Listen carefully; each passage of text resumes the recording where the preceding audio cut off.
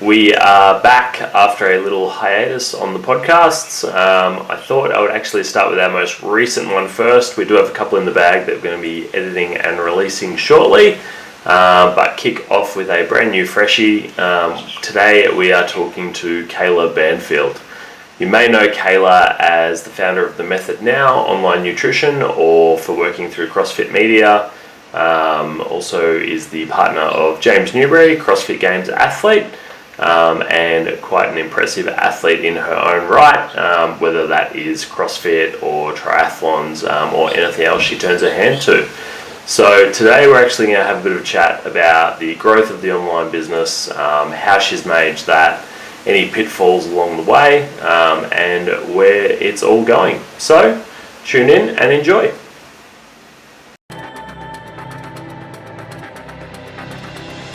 The people you want to talk to, talking to us. I'm Nick. And this is Ricky, welcoming you to another episode of the Buffalo Tribe podcast. Might as well jump straight into it. Today it is me and Ben here with Kayla Banfield, probably most well known for running The Method Now. So lots of online nutrition coaching, and I guess I'd say like lifestyle coaching as well. Yeah.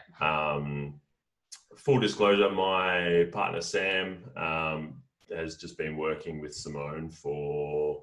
Oh, cool. She's been with her for maybe like 4 months or so to get her calories back up. So kind of seeing it from that side as well as being a previous client myself. Yeah.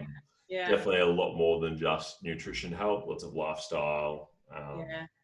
I guess tweaks to try and make things a little bit healthier and everything work well. Yeah. So I really just wanted to have a chat today, I guess, about building an online business, how you manage to split your time between everything that you do, and sort of how you've ended up where you are now. Yeah, cool. Well, thanks for having me. I'm really excited to get stuck into it. Yeah, it should be good. So first things first is like, I'm curious about this, is like when you had the idea to form The Method Now, like did it start with kind of an in-person thing with a few people and then branch out, or were you always looking to be online based?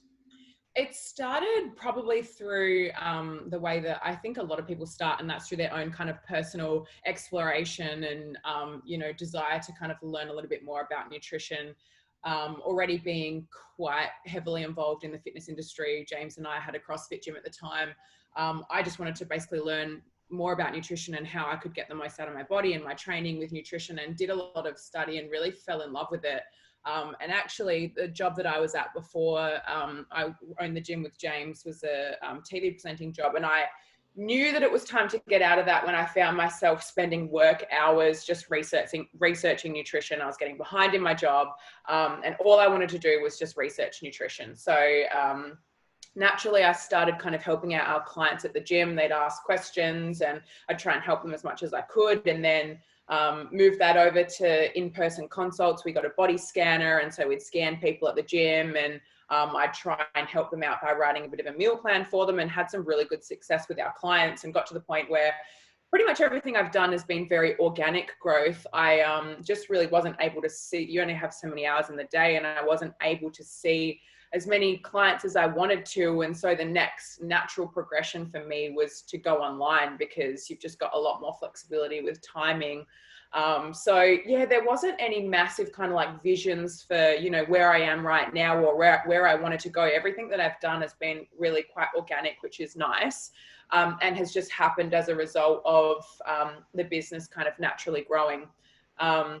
And I was really lucky enough to get some help from Adi Cashew, who runs Working Against Gravity in America. She sat down with me over Skype for a couple of hours one night and basically said to me, look, pick my brain. The way that I was successful was basically through copying others. And I think that, you can do the same thing. And she was really great, because she let me ask her as many questions as I had and kind of gave me a blueprint for me to just get started. And then, from there, it's just been problem solving and putting out spot fires and hiring more people, and slowly growing to the point where we are now. So just through, I guess, a desire to learn more about how to fuel my own body, and then just it growing into a career, I guess. It's kind of funny, like you mentioned, like you got a bit of help. It's funny that the people that are already successful and kind of like who you would see is at the top of their game are often the ones most willing to help out and give their time. Totally. Yeah, like, kind of realize that there's room for everyone.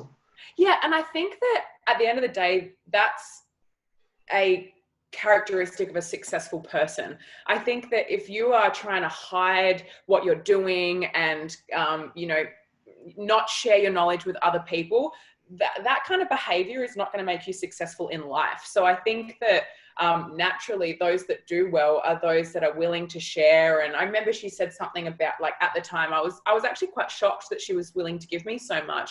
And she said something about a candle lighting another candle and not dimming its flame or something like that. And, I'm sure that me being in the industry hasn't affected her business's success whatsoever. Like, there's plenty of room for all of us. So, and I just think that, yeah, if you've got, an attitude like that, that's willing to be giving and sharing, that's actually what's going to help you in business and what's going to make you successful. So, that was really nice of her.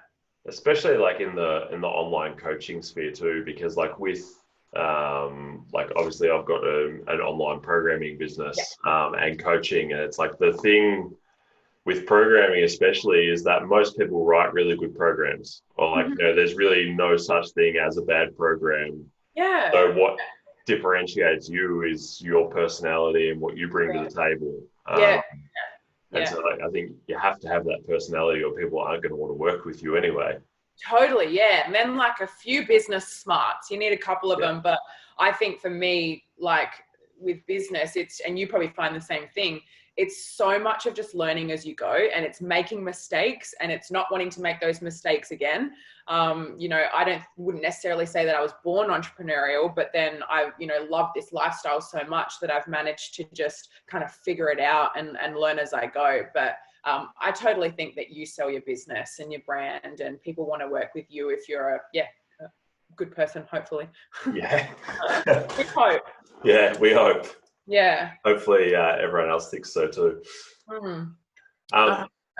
Speaking of like, kind of that process of building the business and expanding, what was there's a bit of a curveball question, but like the steepest learning curve for you, or like something that you weren't expecting to struggle with?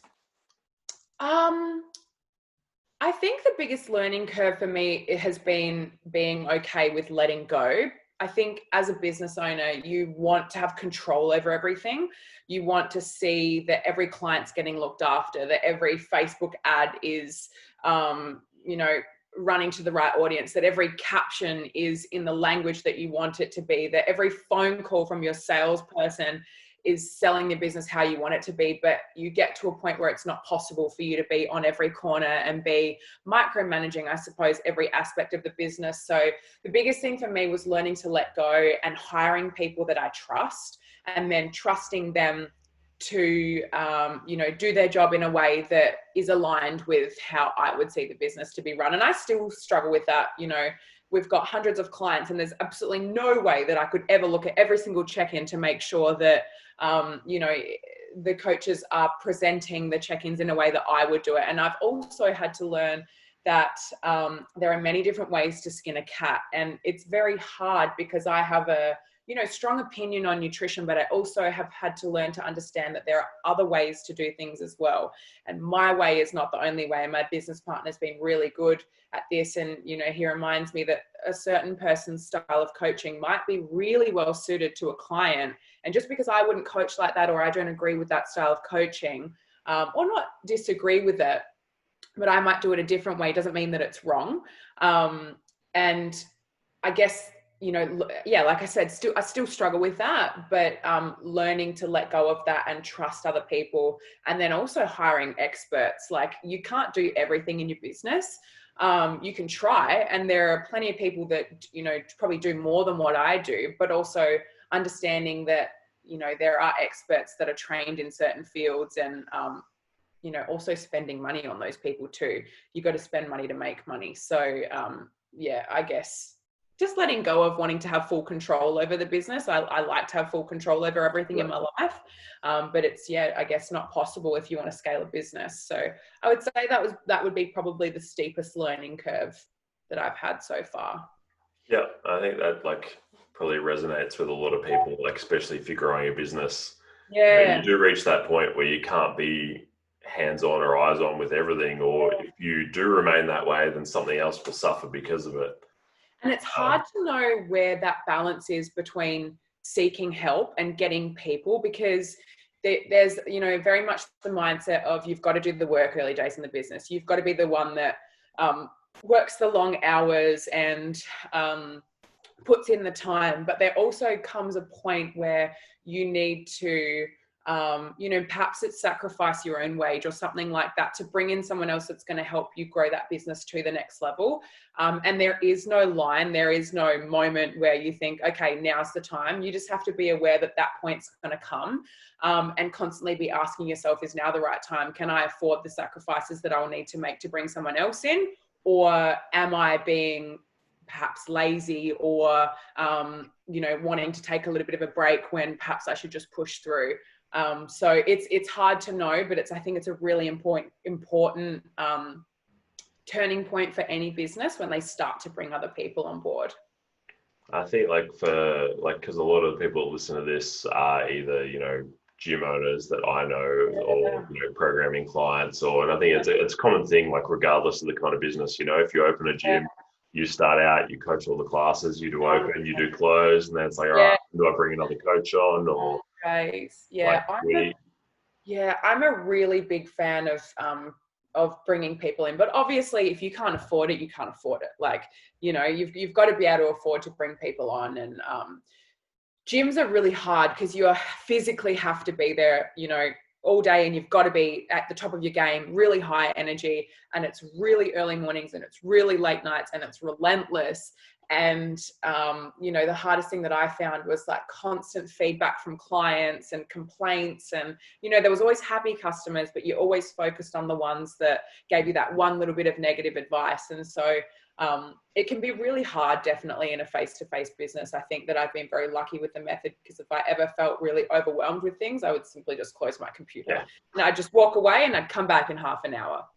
Whereas with a gym, you just have to kind of power through. But I think that's character building. That's, what makes you a stronger person. It makes you more resilient. All of those, hard yards that you do in situations like that is going to make you, more well-rounded, more resilient, and better able to handle issues and tackle things as they come up in the future.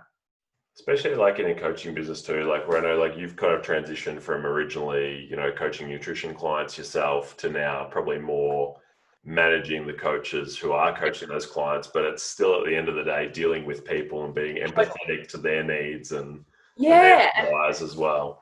And communicating and coaching is really similar to managing staff, because it's the same kind of thing. Like, you're trying to encourage them, you want to tell them they're doing a great job. You also need to identify areas that can be worked on. For me, language is massive, and it's something that I work with my coaches on a lot, is like how to talk to people, because you can have all the knowledge in the world, be a really fantastic nutrition coach, really have the answers for this client. And it's the same with CrossFit coaching. Like, we learn this in our level 1. If you don't deliver it in a way that's going to be received by that client, it's going to go straight over their head. And especially in the online space as well, things can be perceived in the way that you didn't intend them to if you're not careful about the way that you write things. So language, delivery, and all those things are one of the most important things, I think, in an online coaching position.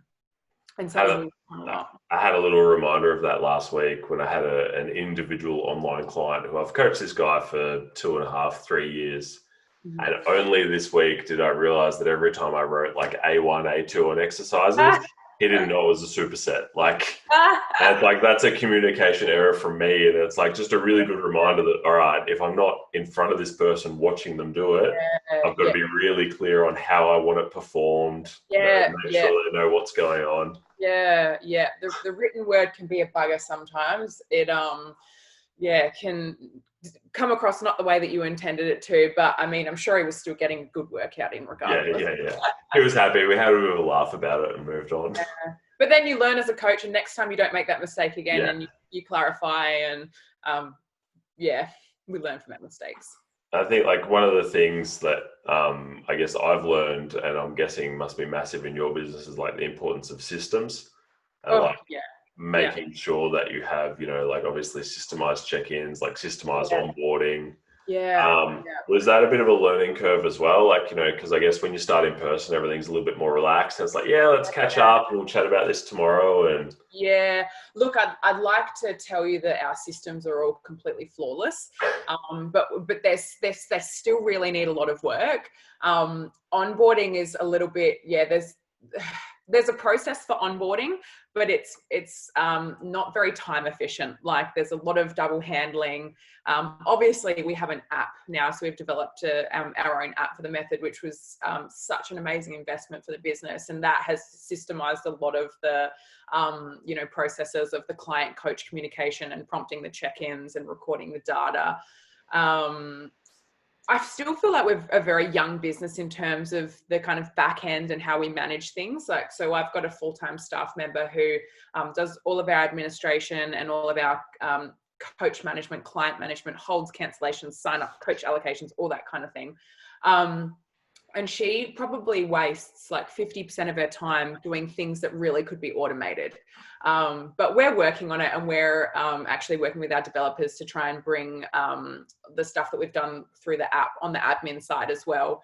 I feel like as long as on the front it looks like we're a well-oiled machine and everyone gets a check-in on time and receives an email on time and we're professional, then that's kind of our most important thing. But It feels like behind the scenes, sometimes we're kind of scrambling but I think that that's kind of business as well. But yeah, systems are very important. And we've definitely improved a lot since we first started, but that's probably something, look, we could really do with someone to come into the business and just systemize the whole thing. But we're managing for now. it's still like I'd say like it's still like a fairly young space as well. Like, if it was even 6 years ago, if you said, all right, you're going to be able to start up a business and make a living coaching people online with their training or nutrition, like people would kind of look at you a little bit funny and be like, how are you going to manage that? Like, there's a lot of like third-party apps popping up now and like training apps and coaching and stuff. But I think still like the with nutrition, because it's so individualized, having one that you've built yourself, and you can put everything that you want in there, the data that you check in, like it's a bit of a game changer. Yeah, it is. And it's not easy to do in the sense that it's just so expensive to build your own app. But it's so worth it because, like you said, it's got everything that you need. And then it kind of makes your opportunities limitless, really. Once you kind of, put something into an app, you can replicate that and personalize it however you want it to be. So, doing the app has been good for our systems as well. But yeah, I love that you can, on the online space, you can do whatever you want, really. Like like I said, the opportunities are just limitless.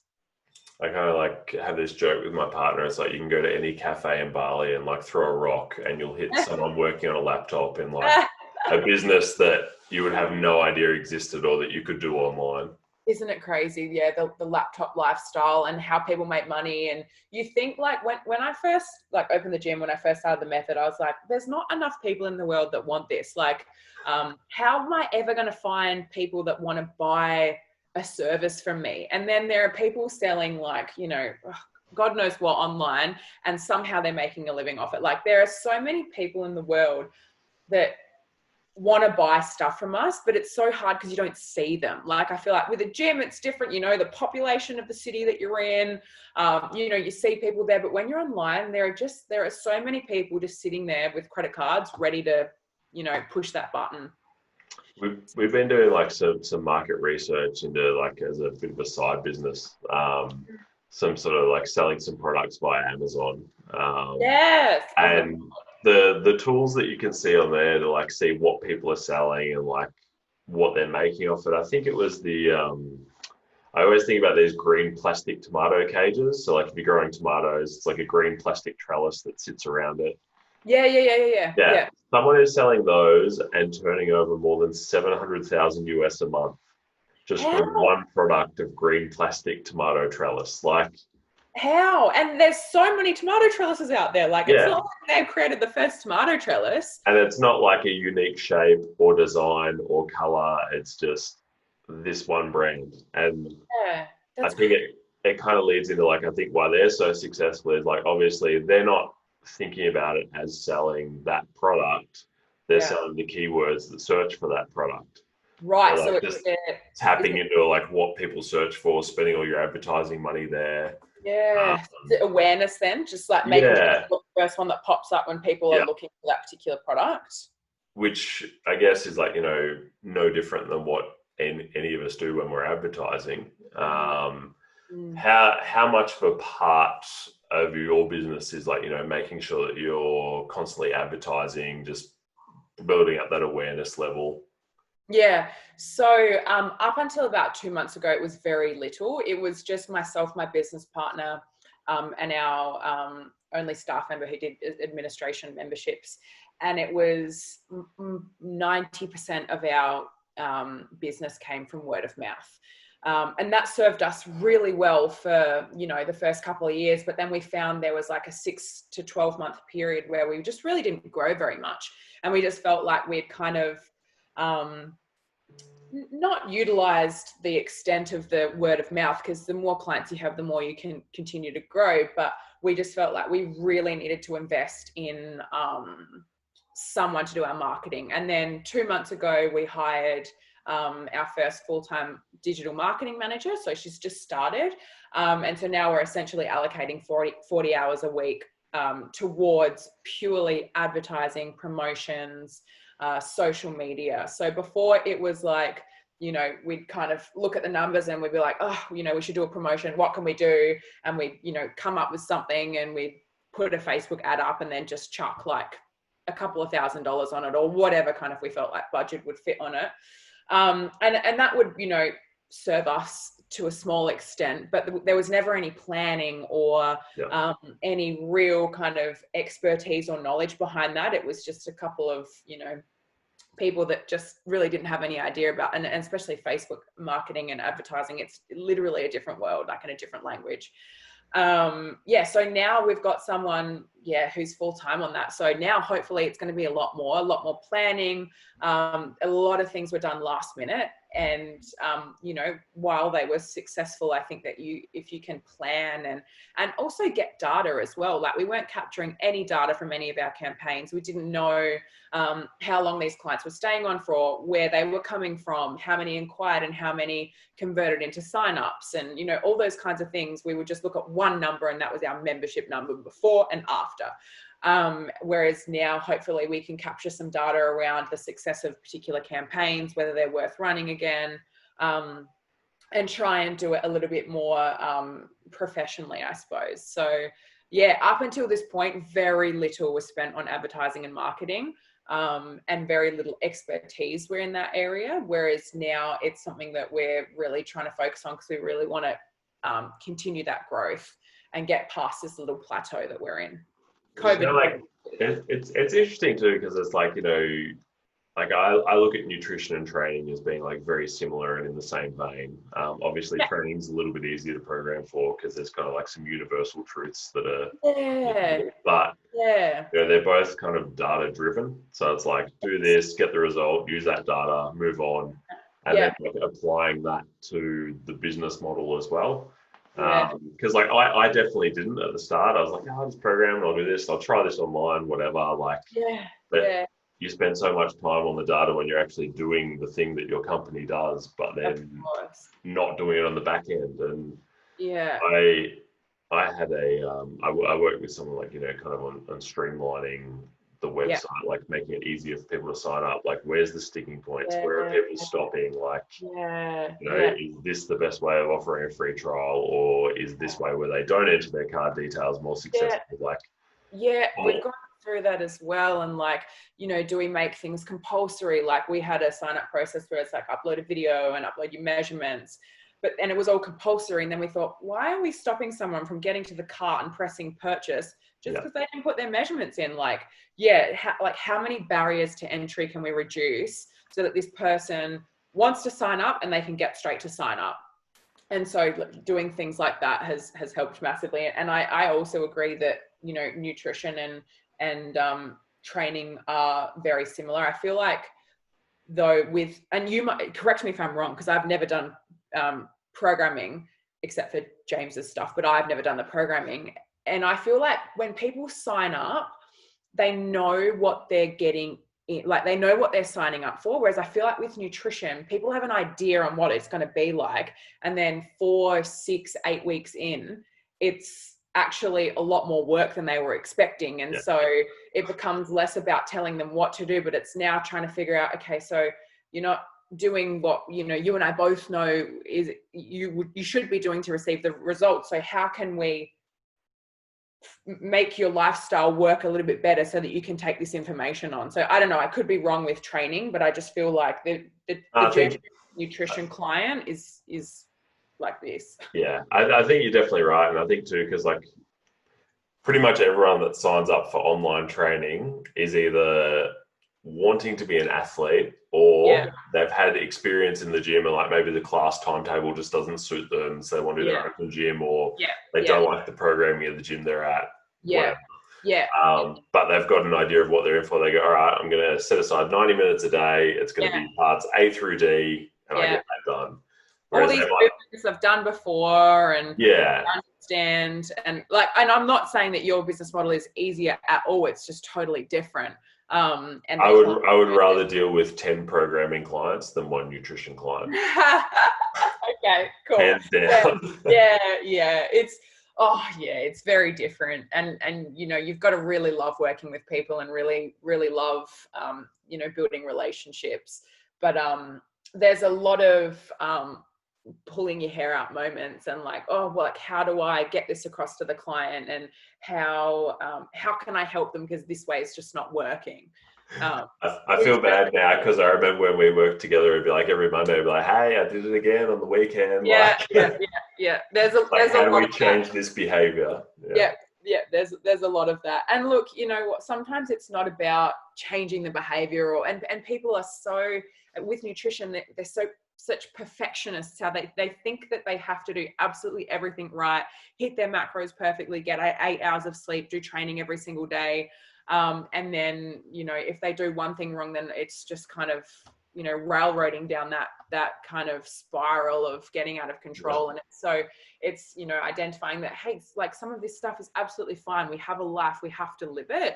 But being able to identify when, you know, it's time to kind of bring it back on board again and start working towards your goals. So finding that balance between trying to be completely perfect and not doing anything at all. We did a podcast with Jordan Syatt a couple of weeks ago. Yeah, that's so cool. And I was like, I really love his whole thing about nutrition. Is like, you literally can't fuck this up.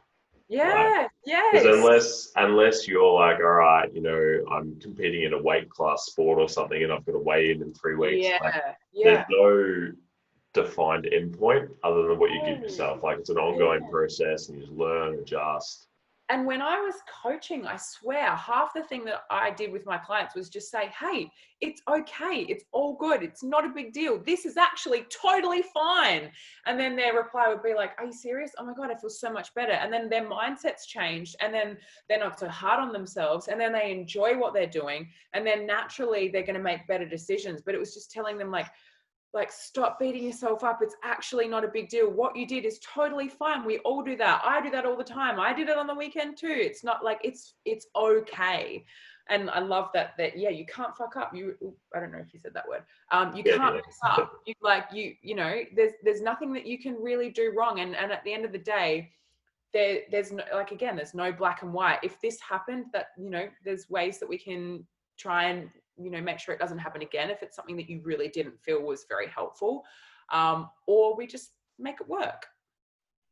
It's like, it's an adjustment thing. And like, that's why I guess, like, I think it's important, like, whether you are getting nutrition coaching or programming coaching, like, stay the course and stick with it, because It's not just going to be like a 3-4 week thing. That's over. Like it Yeah. takes time to learn who you're working with, what works best for them, like make the adjustments. Yeah, and understand that the course is going to change as well. Like you might think that this is what it's going to look like and this is the path that you're going to take, but you need to go with the flow because life is not predictable. Life is unpredictable, and you need to just kind of learn to, cop things on the chin and just kind of roll with the punches and do the best that you can. And a lot of the nutrition coaching is education so that people are able to make educated decisions rather than feeling like they need to rely on the advice of their coach when things happen. It's getting them to a point where they can go, okay, this has changed, this has happened. What do I need to do to kind of stay on track or stay on course, whatever that might look like. But yeah, I think people expect it to be one thing and then it turns out to be something completely different. I was going to ask, I was kind of curious because I was like thinking about like, your style of like training personally, like, going from kind of CrossFit to triathlon to, back and forth a little bit. How many of your clients, like obviously not an exact percentage, but, are most of them sort of people in the CrossFit space or? Yeah, yes, they are. As hard as I've tried to kind of broaden our scope outside of CrossFit and, appeal to the greater fitness community, just the way that it is, where James, my partner, and myself are very much in the CrossFit space. I used to do media. He's a high level athlete. So our audiences online are, probably 95% CrossFit. All the coaches that apply for our jobs do CrossFit. Like we just put a call out for new coaches. And I reckon, out of maybe the 15 people that applied, probably 13 of them do CrossFit. And so naturally, you're just kind of getting deeper into that field, which look, without CrossFit, I wouldn't be where I am today. I don't know if the same applies for you, but wouldn't have started a business, wouldn't have got into fitness, wouldn't have met James. Maybe I would have had all these things eventually, but CrossFit has made that possible for me. So I'm very thankful for it.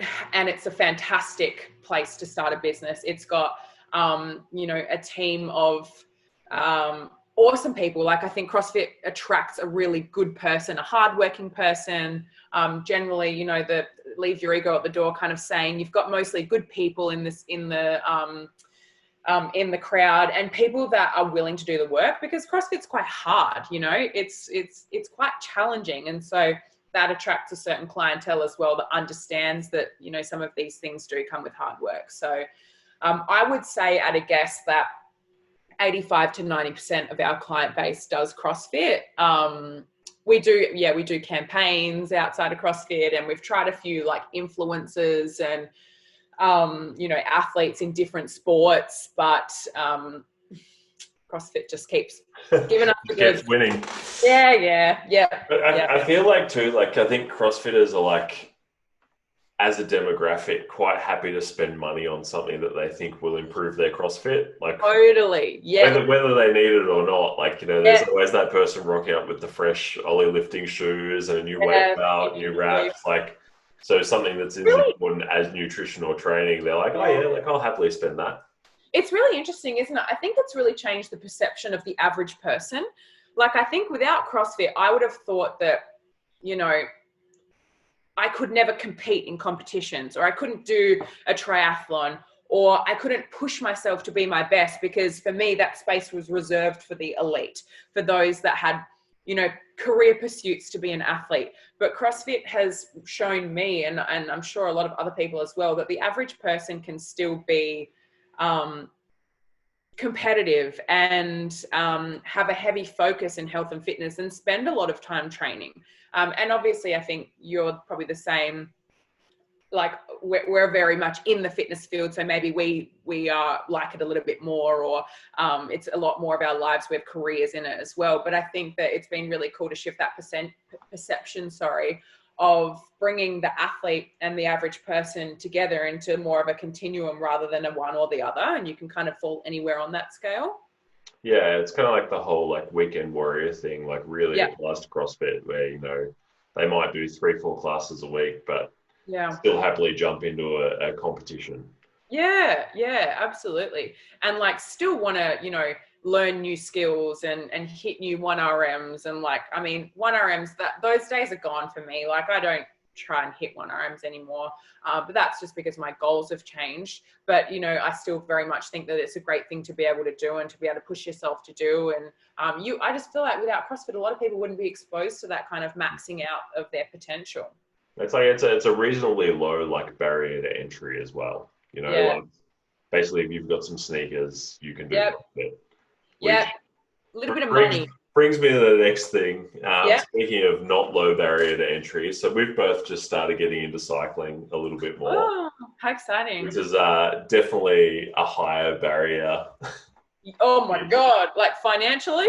Yeah, financially, 100%. Yes, yeah, and once you're in, then you got to get new wheels and you got to get all the stuff for your bike and all the upgrades and I think I'm on my 4th bike this year now. Wow, why so big? Well, because the bike store that I started at was like, all right, it's basically the bike store's fault. No fault of my own. Of course, makes sense. They're basically like, all right, if you ride this bike and you're not happy with it in 30 days or you want to change, you can just swap over. Okay. And so I started out, like when I first came back to Australia, like I didn't have a car at that stage because I was like, oh, I won't buy a car here because I'll be back in Bali with my motorbikes. Back in the sunshine. But I was like, I'll start with like just this bike to ride to the gym here and back. So like a commuter bike. And then I was like, oh, this is kind of fun. Like I'm enjoying cycling. I'm sick of getting passed by these 60-year-olds. I'll buy a road bike. It's like, bought the first bike. That didn't help. They were still passing me. So I was like, something's wrong with this bike. It's not me. Need a new bike. Swapped it over. And then Ben got into it, got a bike. It was better than my bike. So all of a sudden I needed a new bike. And like, just the money on what you can spend on the accessories is like mind-blowing. As someone who's had like no previous exposure to it, no. I look at a set of wheels and I'm like, okay, so it's like $8,000 for wheels. Like, and all those things actually do make you faster as well. Like, you know, having the deep dish wheels will make you faster. Having a better helmet will make you faster. Having a lighter frame will make you faster. And so you feel like you're doing all this work. If you just spend a little bit more money, you could get faster. I said that at the start. I was like, oh, well, if I want a lighter bike frame, maybe I could just lose like 2 kilos. I was like, just doesn't seem to work that way. So we did like, you know, it's definitely tempting to just buy the new bike. But what made you want to get into triathlons? Just like the next challenge, or you enjoyed cycling, or? So for me in my training, I really need to have an event or a goal. I hate to say this, but I don't really love exercising. Like as much as sorry. I know what sausage dogs are like. Yeah, you understand. Small body, massive attitude. So I don't really like exercise. I'm not one of those people that just like loves to train and just like wants to train. I really have to have a reason to train. And if I don't, I have to first thing in the morning. Otherwise I will find every excuse under the sun to not do it. So for me, having the goal of completing a half Ironman was enough to basically scare me into doing the exercise, or, you know, excite me, whatever way you would like to look at it. I'm quite goal driven, and having that event and that time just put this thing in my brain where I just had to do the training. And I like to challenge myself. I like to try new things. I like to push myself, but I'm not going to do it just for the sake of, I don't know, being better, like just being more highly skilled or having a nice body or, being healthy. I really need to kind of have those events in place. And at the time we had maybe like a group of 10 of us from the gym that had all signed up. And so it was a bit of a community thing as well. And I'd swum as a child and, through CrossFit was reasonably fit. So running and riding wasn't an issue for me. And I also got to the point where I'd been doing CrossFit for, like 8 years, and I just needed a change. I was actually over it. I was sick of being in the gym. I was sick of, I kind of got to a point where I was just like, I don't want to do this anymore. Like it was my life, and we owned that business, and I was like, I just need to do something else for a little while. And so for about 8 months last year, I didn't like touch a barbell or do a drop of CrossFit. All I did was triathlon training, and I did anywhere from 10 to 15 hours a week.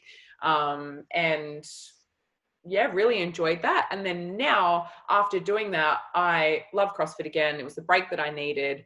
And I've managed to find a balance between, still picking up some weights and doing that resistance high intensity training, but also getting the miles in and going for, a long run or doing a recovery swim. I don't ride on the road because I got hit by a car on my first road ride last year, which was just amazing. It was awesome. And so because of that, now I just ride on the trainer, but, it's just nice to vary up your training. And so I feel like it's a really nice balance between the two. And I lost so much weight doing triathlon training as well. So that kind of, long, low intensity cardio kind of training helped with my, physique goals. Which is like, it's interesting too, because it's like, kind of the ideal body that does well in CrossFit is kind of like the opposite of the ideal body that does well in triathlons. 100%. Yeah. But you know what? I don't really care how much weight I can lift. But those that are doing it exceptionally well are people like James, who, competes at the CrossFit Games and comes 5th and then goes and does an Ironman in 10 hours, whatever. Like, it's just like hard for the average person to fathom. But for James as well, the fitness from CrossFit translated quite well to the triathlon fitness. And those are the areas that he always excels in. If you look at the CrossFit Games, he always does really well on the bike rides, the runs, and the swims. Like, that's where he does well. And he had an awesome mashup of events that year in the CrossFit season. So, and then, he did break his back, which wasn't ideal. And I think if he didn't break his back, he might have done the Ironman a little bit faster, but he's also just wired differently. Crazy recovery time too. Like, yeah, I remember it happened, and then like next thing I looked, it was like, yep, doing an Ironman. I was like, what? Yeah, so he went against the doctor's recommendations, which at the time I was like, you can't do that. And he was like, I know my body best. And he got told that he shouldn't exercise for 6 weeks, and he was back on the bike within a week. But he was on the stationary bike, and all he was doing was moving his legs. But he said one of the most important things that helped with his recovery was movement. And, he was told not to move, but I think that maybe that advice might be appropriate for the average person.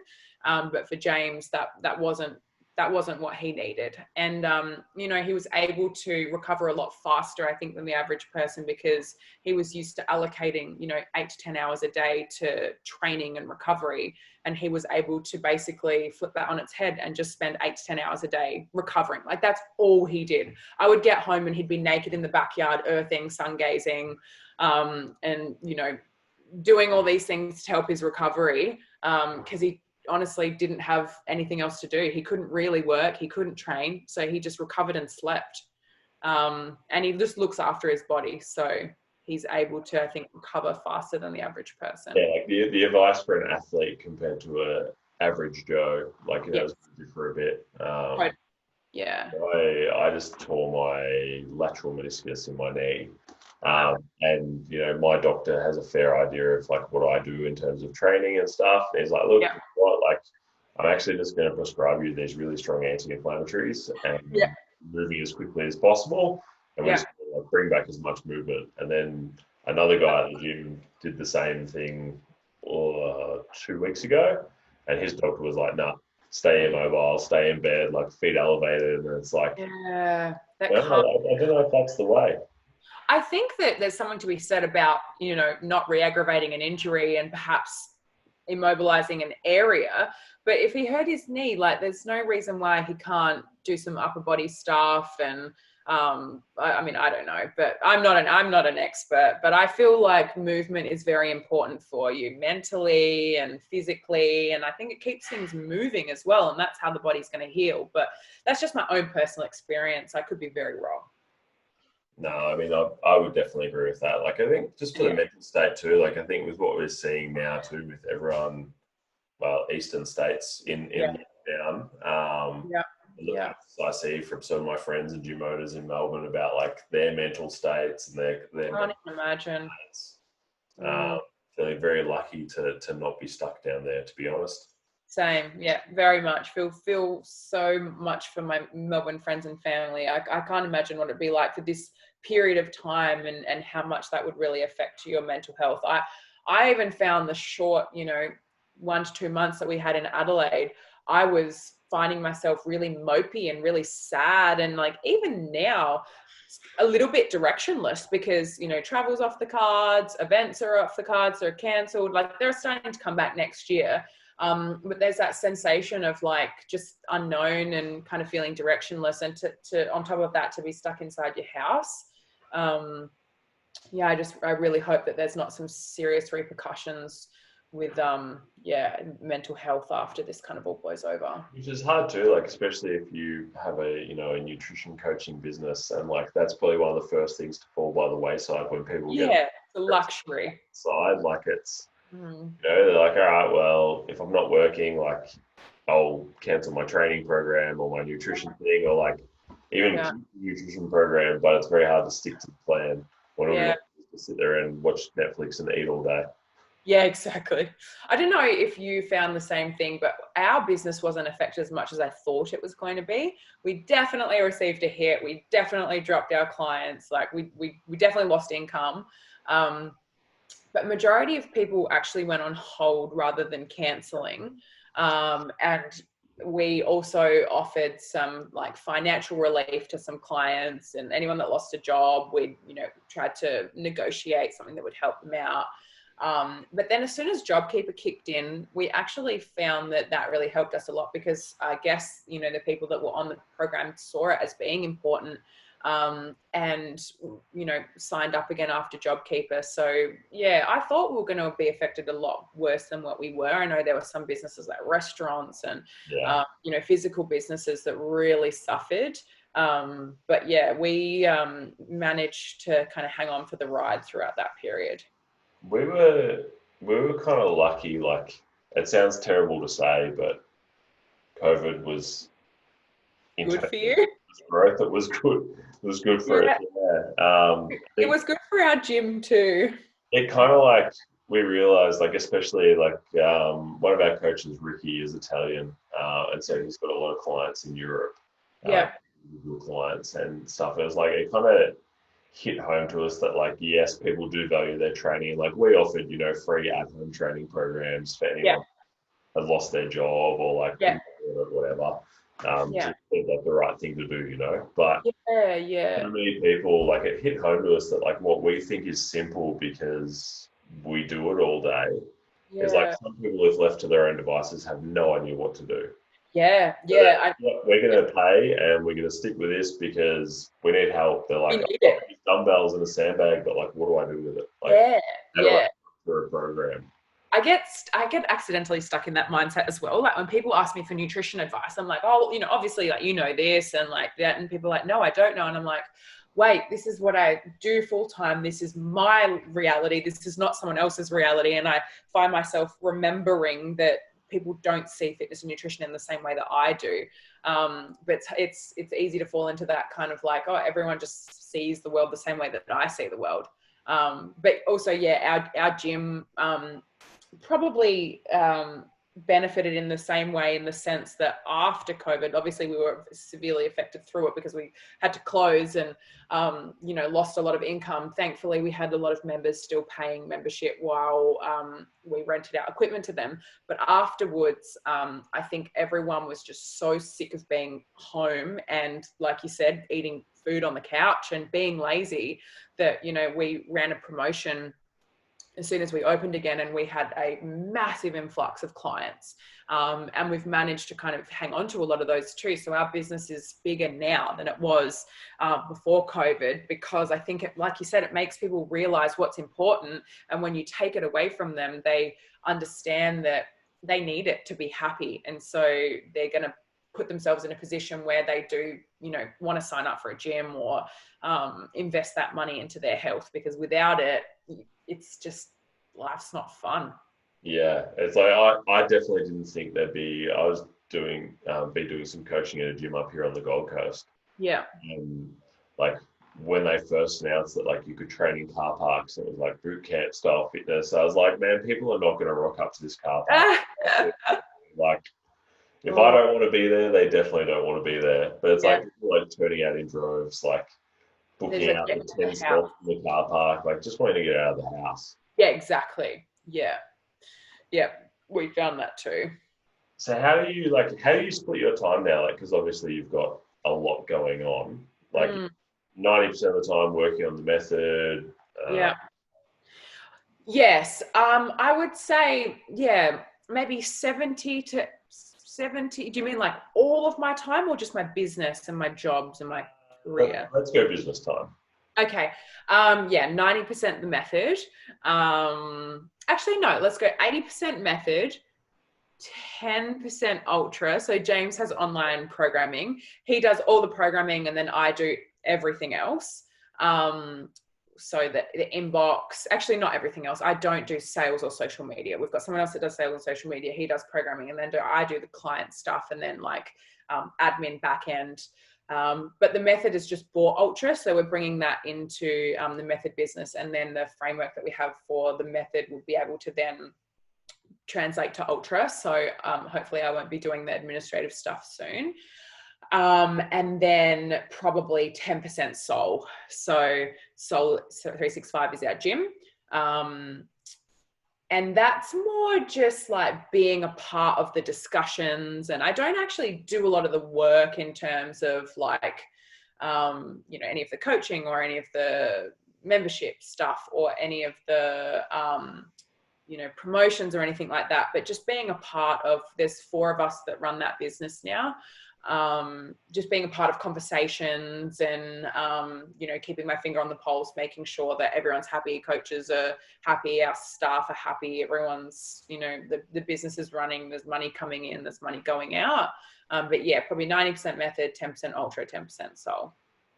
And then maybe let's add a couple of percent there because James is doing a similar thing to you and starting to get involved in the e-commerce world and trying to sell products. And doing a bit of research on, how you can, sell something that already exists in the market, but maybe change it a little bit or, sell it in a slightly different way and try and earn some income off physical products. And so we've just started kind of exploring that world a little bit. So Adam, let's take maybe 3% off the method and add that into new venture. I know I have 103% time. It feels like that sometimes. But yeah, a little bit of time in that kind of world now as well. So what do you do like to try and like, I guess, maintain productivity levels? Like, do you kind of try and like block out time for each thing, or is it kind of just like, I'll do a little bit of work on this now, a little bit of work on that later? Like, yeah, I really heavily rely on my to-do list and my calendar. So I don't have a very good routine in the sense that I'll like set my calendar for the week on a Sunday night or anything like that. Somehow it just manages to all fall in place. Towards the end of the week, I'll start to think about the following week. I'll start to book in my appointments. If I do things on a weekly basis, put them in my calendar. I've got a color-coded calendar. So, pink is my training, orange is my appointments, green is my personal or my social commitments.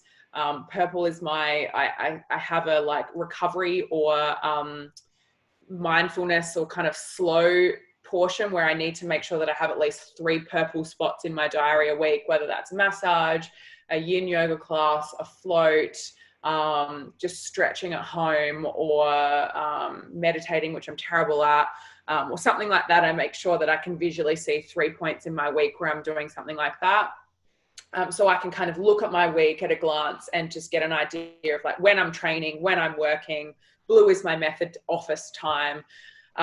Generally, I've got a rough kind of routine. I'll train at the gym at 6:15 in the morning. And then if I don't get caught up at the gym, I'll try and go straight into work and get there around 7:15. And then I've got a couple of hours by myself.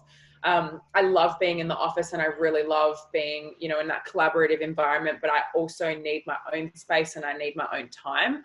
I find that I can't build the business in a group environment. I can build the business on my own, and then I can apply that in a group environment. So, a couple of hours first thing in the morning by myself is really valuable to me. I don't always get it.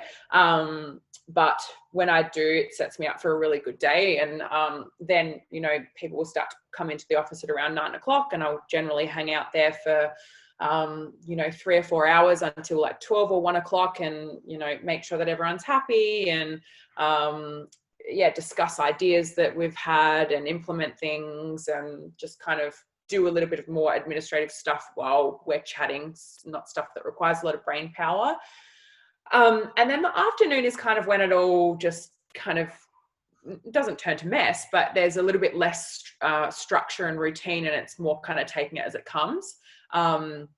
That's when I generally book my appointments, and I don't know how I do this, but somehow I just have appointments every day. I don't know how it works, but I just always find, I think to myself, how do people with 9 to 5s do it? There's always something to do. There's always something to do. And look, this is very first world, but like my lashes need to be redone twice a week. My nails need to be redone. My hair needs to be redone. I need to go shopping, and I need to, you know, go to the bank. I need to pick this up. I need to drop that off. I need to meet that person. And I just think, God, I just don't understand how people do, you know, all that stuff outside of hours. But yeah, I kind of allocate the next 2 hours to, yeah, appointments, meetings, yeah, things like that. And then I'll, yeah, get home at like 4 o'clock. I need to veg out for like an hour. I can't just keep going. I kind of need to split my day in half a little bit. I might play with my kittens or play with my dogs or have a bath or watch Netflix, make some, you know, late lunch or afternoon snack or whatever, and just do nothing, switch my mind off for an hour or two.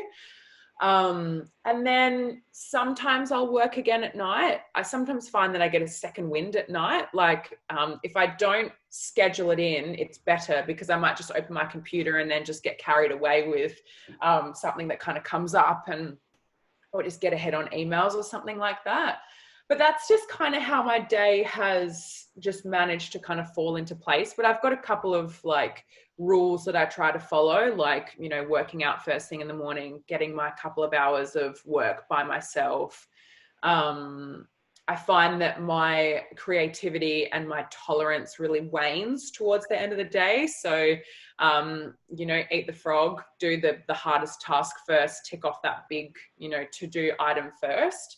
And yeah, following a to-do list. I've got I use a app called Asana, where I just have my personal ultra method, even things like my subscriptions that are going to expire, you know, James's sponsorships, making sure they're all coming in on time. I just wake up and there's 10 things I need to do that day, and slowly I'll get through them.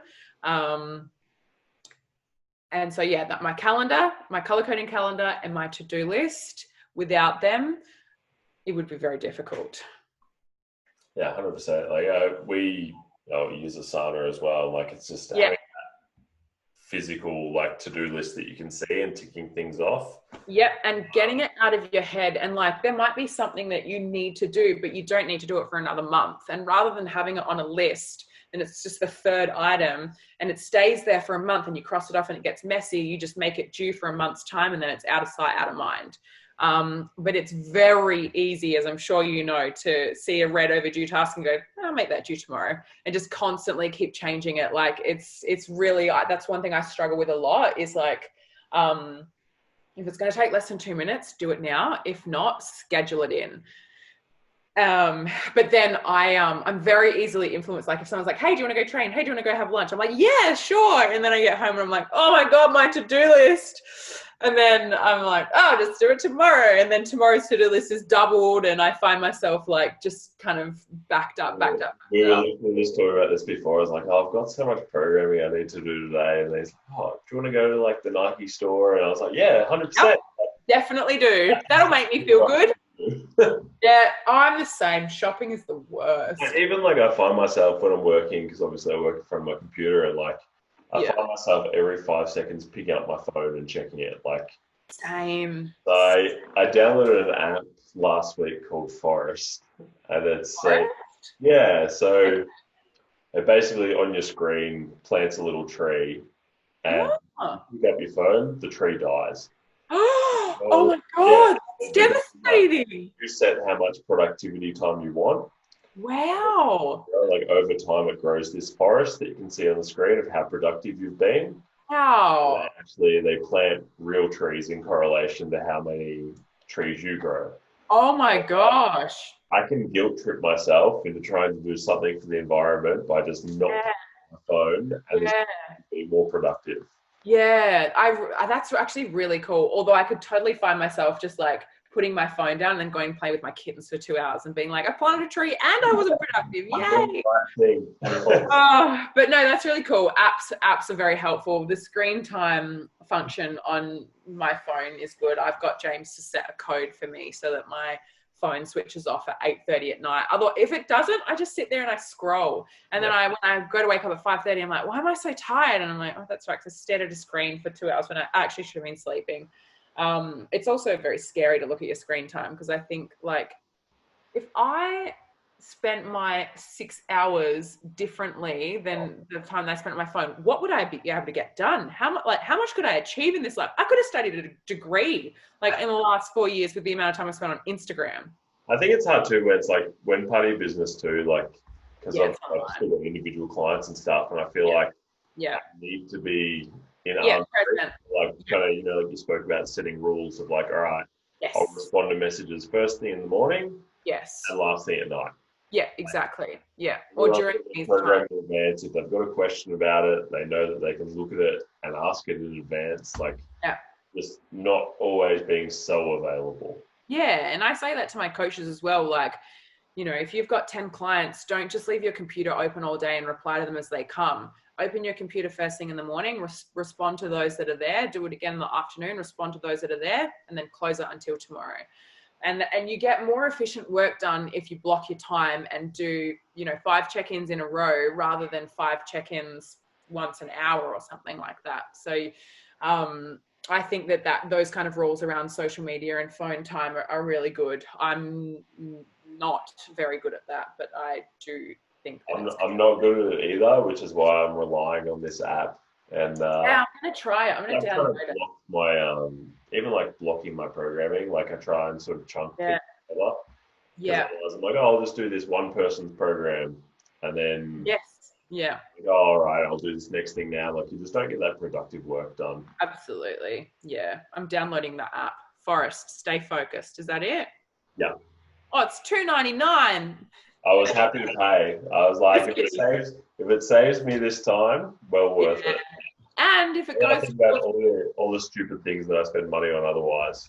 And if it goes towards planting a tree, then it's $2.99 well spent. That's right. Perfect. Well, I reckon that probably about wraps things up, seeing as we're now stuck to talking about apps that I use to look at my phone. Thank you very much for coming on again. Much appreciated.